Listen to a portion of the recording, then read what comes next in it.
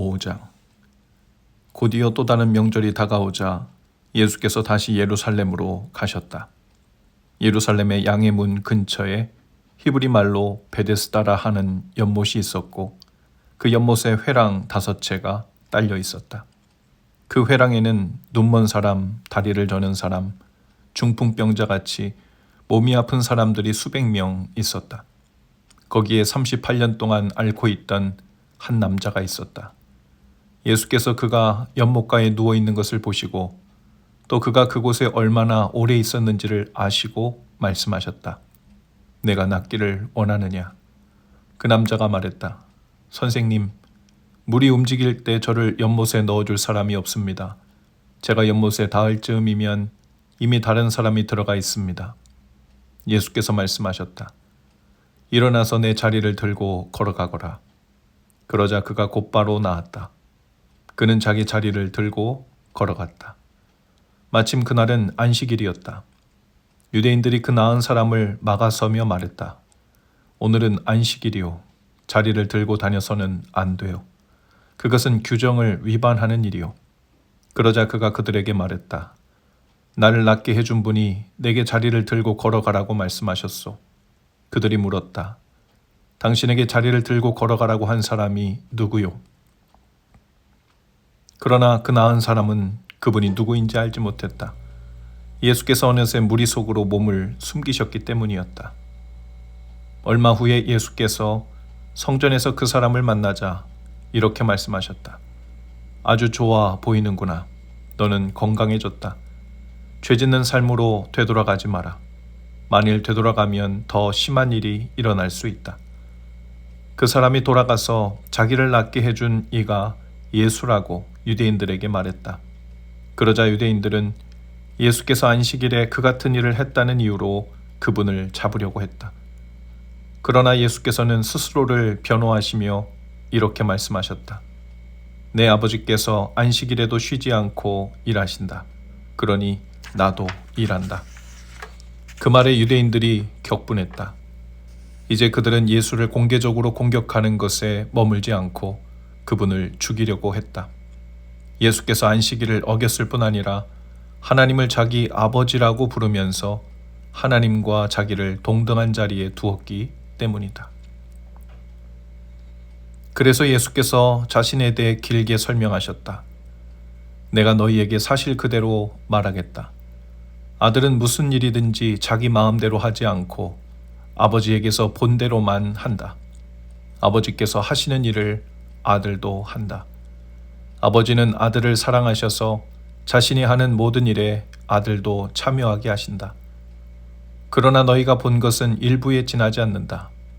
아버지께서 죽은 사람들을 다시 살리시고 생명을 창조하시는 것처럼 아들도 그 일을 하기 때문이다. 아들은 자기가 택한 사람 누구에게나 생명을 준다. 아들과 아버지는 그 누구도 내쫓지 않는다. 아버지는 심판할 모든 권한을 아들에게 넘겨주셔서 아들도 아버지와 똑같이 영광을 받게 하셨다. 아들에게 영광을 돌리지 않는 사람은 아버지께도 영광을 돌리지 않는 것이다. 아들을 영광의 자리에 앉히신 것이 아버지의 결정이기 때문이다. 너희가 반드시 귀 기울여 들어야 할 말이 있다. 누구든지 지금 내가 하는 말을 믿고 나에게 책임을 맡기신 아버지와 한편에 서는 사람은 지금 이 순간 참되고 영원한 생명을 얻고 더 이상 정죄받지 않는다. 그는 죽은 사람의 세계에서 산 사람의 세계로 과감히 옮겨온 것이다. 너희가 반드시 알아두어야 할 것이 있다. 죽은 자들이 하나님 아들의 음성을 듣고 살아날 때가 왔다. 지금이 바로 그때다. 아버지 안에 생명이 있는 것처럼 아버지께서는 아들 안에도 생명을 주셨다. 또한 아버지께서는 그가 인자이기 때문에 그에게 심판의 문제를 결정하고 시행할 권한을 주셨다. 이 모든 말에 그렇게 놀랄 것 없다. 죽어서 땅에 묻힌 모든 사람들이 그의 음성을 들을 때가 온다. 바른 길을 따라서 산 사람들은 부활 생명으로 들어가고 그릇된 길을 따라서 산 사람들은 부활 심판으로 들어갈 것이다. 나는 단 하나도 내 마음대로 할 수 없다. 나는 먼저 귀 기울여 듣고 그런 다음 결정할 뿐이다. 너희는 내 결정을 신뢰해도 좋다. 내가 내 마음대로 하지 않고 오직 지시받은 대로 하기 때문이다. 내가 내 자신을 위해 말한다면 그 증언은 헛될 뿐 아니라 나의 이익을 위한 것이 되고 말 것이다. 그러나 나를 증언해 주시는 분은 따로 계신다. 그분은 모든 증인 가운데 가장 믿을 만한 증인이시다. 게다가 너희 모두는 요한을 보았고 그의 말을 들었다. 그가 나에 관해 전문적이고 믿을 만한 증언을 해주지 않았느냐. 그러나 내가 너희의 지지를 얻으려고 하거나 한낱 사람의 증언에 호소하려는 것은 아니다. 내가 이렇게 말하는 것은 너희로 구원을 얻게 하려는 것이다. 요한은 밝게 타오르는 횃불이었고 너희는 한동안 그의 밝은 빛 속에서 기쁘게 춤을 추었다. 그러나 참으로 나를 증거하는 증언, 요한의 증언보다 훨씬 뛰어난 증언이 있다. 아버지께서 나에게 이루라고 맡겨주신 일이 바로 그것이다. 내가 이루려고 하는 이 일이 아버지께서 실제로 나를 보내셨다는 것을 증언해 준다. 또한 나를 보내신 아버지께서도 나를 증언해 주셨다. 그러나 너희는 이 점을 놓치고 말았다. 너희는 그분의 음성을 들은 적도 없고 그분의 모습을 뵌 적도 없다. 너희의 기억 속에 그분의 메시지가 하나도 남아있지 않은 것은 너희가 그분의 심부름꾼을 진정으로 받아들이지 않았기 때문이다. 너희는 영원한 생명을 얻을 수 있으리라는 생각에 늘 성경에 파묻혀 지낸다. 그러나 너희는 나무를 보느라 숲을 놓치고 있다. 이 성경 전체가 나에 관해 기록된 것이다. 그런데 내가 너희 앞에 이렇게 서 있는데도 너희는 생명을 원한다고 하면서 정작 나에게서 그 생명을 받으려고 하지 않는다. 나는 사람들의 인정을 받는 데는 관심이 없다. 왜 그런지 아느냐? 내가 너희와 너희 무리를 잘 알기 때문이다. 나는 너희의 행사 일정에 사랑이 없다는 것을, 무엇보다 하나님의 사랑이 없다는 것을 안다. 내가 내 아버지의 권한을 가지고 왔으나 너희는 나를 쫓아내거나 피하기만 한다. 만일 다른 누군가가 으스대며 왔다면 너희는 두 팔 벌려 그를 맞았을 것이다. 너희가 서로 자리다툼을 벌이고 경쟁자들보다 상석에 앉으려 하고 하나님을 무시하는 데 시간을 다 허비하면서 어떻게 하나님과 함께하는 곳에 이르기를 기대하느냐. 그러나 내가 내 아버지 앞에서 너희를 고발할 것이라고는 생각하지 마라. 너희를 고발하리는 너희가 그토록 의지하는 모세다. 너희가 모세의 말을 진실로 믿었더라면 나를 믿었을 것이다. 그가 기록한 것이 나를 두고 한 것이기 때문이다. 너희가 그의 기록도 진정으로 받아들이지 않는데 어떻게 내 말을 진정으로 받아들일 것이라고 기대할 수 있겠느냐. 6장. 2일 후에 예수께서 갈릴리 바다 건너편으로 가셨다. 큰 무리가 그분을 따라갔다. 그것은 그들이 예수께서 병자들에게 행하신 기적을 보고 거기에 매료되었기 때문이었다. 건너편에 이르자 예수께서 언덕에 올라가 앉으셨고 제자들은 그분 주위에 둘러 앉았다. 마침 유대인들이 해마다 지키는 유월절이 다가오고 있었다. 예수께서 눈을 들어 큰 무리가 와 있는 것을 보시고 빌립에게 말씀하셨다. 우리가 어디에서 빵을 사서 이 사람들을 먹일 수 있겠느냐? 이렇게 말씀하신 것은 빌립의 믿음을 자라게 하기 위해서였다. 예수께서는 자신이 할 일을 이미 알고 계셨다. 빌립이 대답했다. 각 사람에게 빵 한 조각이라도 돌아가게 하려면 은화 200개로도 모자라겠습니다. 제자들 가운데 한 사람인 시몬 베드로의 동생 안드레가 말했다. 여기 한 아이가 보리빵 5개와 물고기 2마리를 가지고 있습니다. 하지만 이 많은 사람들을 먹이기에는 턱없이 부족한 양입니다. 예수께서 말씀하셨다. 사람들을 앉게 하여라. 그곳에는 푸른 풀밭이 멋진 카펫처럼 깔려 있었다. 사람들이 자리를 잡고 앉으니 5,000명 정도 되었다. 예수께서 빵을 들어 감사를 드리고 앉아있는 사람들에게 나눠주셨다. 그리고 물고기를 가지고도 그와 같이 하셨다. 모두가 원하는 만큼 실컷 먹었다. 사람들이 배불리 먹고 나자 예수께서 제자들에게 말씀하셨다. 버리는 것이 없도록 남은 것을 다 모아라. 제자들이 모으고 보니 보리빵 5개로 먹고 남은 것이 커다란 12바구니에 가득 찼다. 사람들은 예수께서 행하신 이 일로 인해 하나님께서 자기들 가운데서 일하고 계심을 알았다. 그들은 말했다. 이분은 분명 그 예언자다. 하나님의 예언자가 바로 이곳 갈릴리에 오신 것이다. 예수께서는 열광한 그들이 자기를 붙들어다가 왕으로 삼으려는 것을 아시고 그 자리를 빠져나와 다시 산으로 올라가서 혼자 계셨다. 저녁 때가 되자 제자들이 바닷가로 내려가 배를 타고 바다 건너편 가버나움으로 향했다. 날이 아주 저물었는데 예수께서는 아직 돌아오지 않으셨다.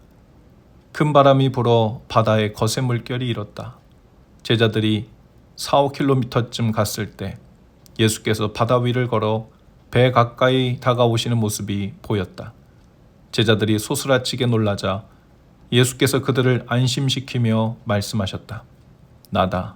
괜찮으니 두려워 마라. 그러자 제자들이 예수를 배 안으로 모셨다. 어느새 그들은 자신들이 가려고 했던 지점에 정확히 이르렀다. 이튿날 뒤에 남은 무리는 배가 한 척밖에 없던 것과 예수께서 그 배에 제자들과 함께 타지 않으신 것을 알았다. 그분을 두고 제자들만 떠나는 것을 그들이 보았기 때문이다. 그때 디베랴에서 온 배들이 주님께서 축복하고 빵을 먹여주신 곳 근처에 정박해 있었다. 무리는 예수께서 그곳을 떠나 돌아오시지 않을 것을 알고는 디베랴에서 온 배들로 몰려가 올라타고서 예수를 찾아 가버나움으로 향했다. 그들이 바다 건너편에서 그분을 다시 뵙고는 말했다. 랍비님, 언제 여기로 오셨습니까? 예수께서 대답하셨다. 너희가 나를 찾아온 것은 내가 하는 일에서 하나님을 보았기 때문이 아니라 오히려 내가 너희를 배부르게 해주었기 때문이다. 그것도 내가 값없이 먹여주었기 때문이다. 너희는 그렇게 썩어 없어질 음식을 얻으려고 힘을 허비하지 마라. 너희와 함께 있을 음식, 너희의 영원한 생명을 살찌게 하는 음식, 인자가 주는 음식을 위해 일하여라. 인자와 인자가 하는 일은 하나님 아버지께서 끝까지 보증해 주신다. 그러자 그들이 말했다. 우리가 하나님의 일에 참여하려면 무엇을 해야 합니까? 예수께서 말씀하셨다. 하나님께서 보내신 이에게 너희 삶을 걸어라. 그렇게 너희 자신을 걸 때에야 하나님의 일에 참여할 수 있다. 그들이 애매한 말로 비껴갔다. 선생님이 누구시며 어떤 일을 하시려는지 알 수 있도록 단서가 될 만한 것을 보여주시면 어떻겠습니까? 그러면 우리가 알아보고 나서 우리 삶을 걸겠습니다. 선생님이 무슨 일을 하실 수 있는지 보여주십시오. 모세는 광야에서 우리 조상들에게 빵을 먹게 해주었습니다. 성경에도 그가 그들에게 하늘에서 내려온 빵을 먹게 해주었다고 기록되어 있습니다. 예수께서 대답하셨다. 그 성경 말씀의 진정한 의미는 이렇다.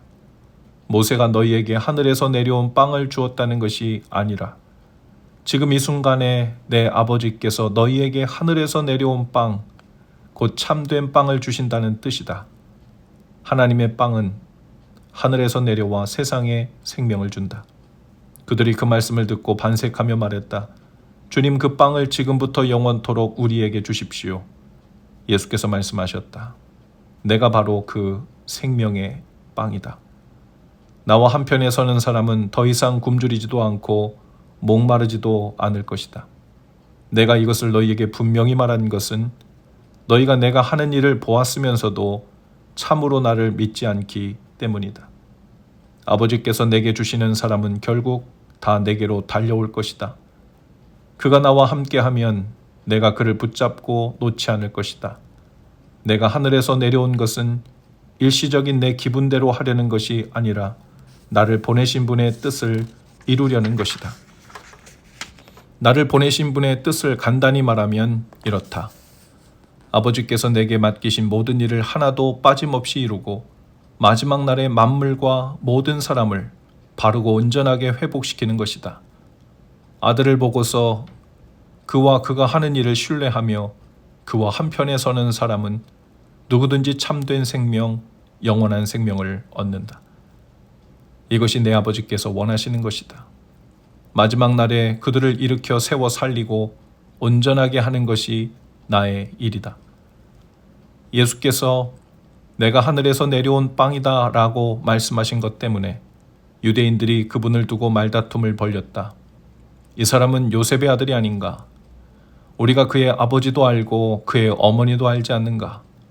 그런데 어떻게 그가 나는 하늘에서 내려왔다고 말하며 그 말을 믿어주기를 바란단 말인가? 예수께서 말씀하셨다. 나를 두고 너희끼리 논쟁하지 마라. 이 세상의 책임자는 너희가 아니다. 나를 보내신 아버지가 책임자이시다. 아버지께서는 사람들을 내게로 이끌어 주신다. 너희가 내게 올 수 있는 방법은 오직 그 길뿐이다. 그때야 비로소 나는 사람들을 회복시키고 일으켜 세워 마지막 날을 준비하게 한다. 예언자들이 그때가 되면 그들 모두가 하나님께 직접 가르침을 받을 것이다 라고 한 것은 이 일을 두고 한 말이다. 누구든지 시간을 내서 아버지의 말씀을 듣는 사람, 정말로 귀 기울여 듣고 배우는 사람은 나에게로 와서 직접 가르침을 받는다. 자신의 두 눈으로 보고 자신의 두 귀로 듣는다. 그것은 내가 아버지께로부터 직접 가르침을 받기 때문이다. 아버지와 함께 있는 이 외에는 아무도 아버지를 본 사람이 없다. 그런데 너희는 나를 볼 수 있다.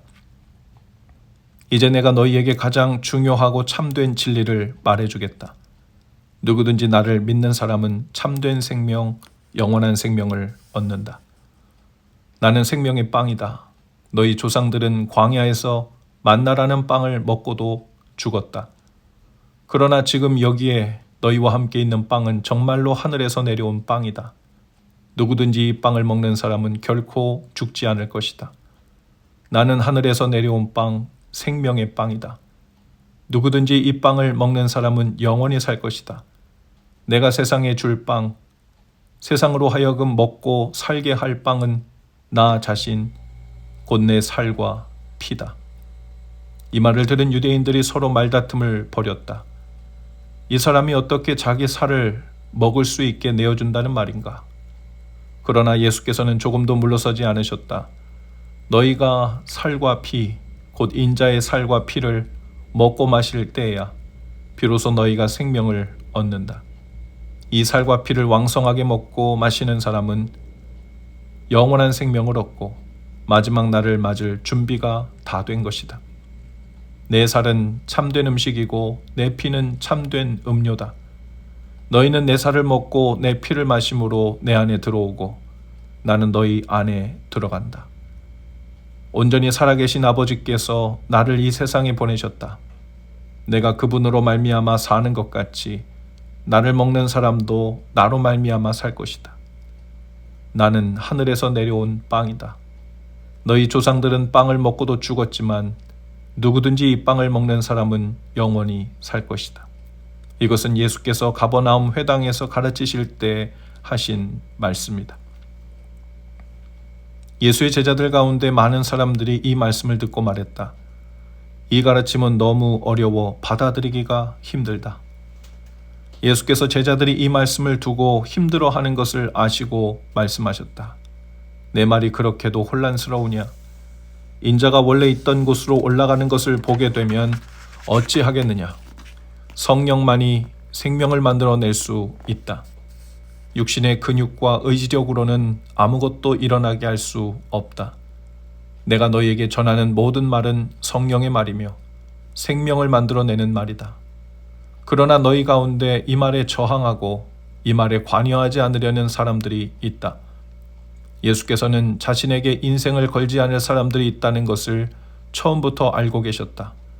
또한 자신을 배반할 자가 누구인지도 알고 계셨다. 예수께서 계속 말씀하셨다.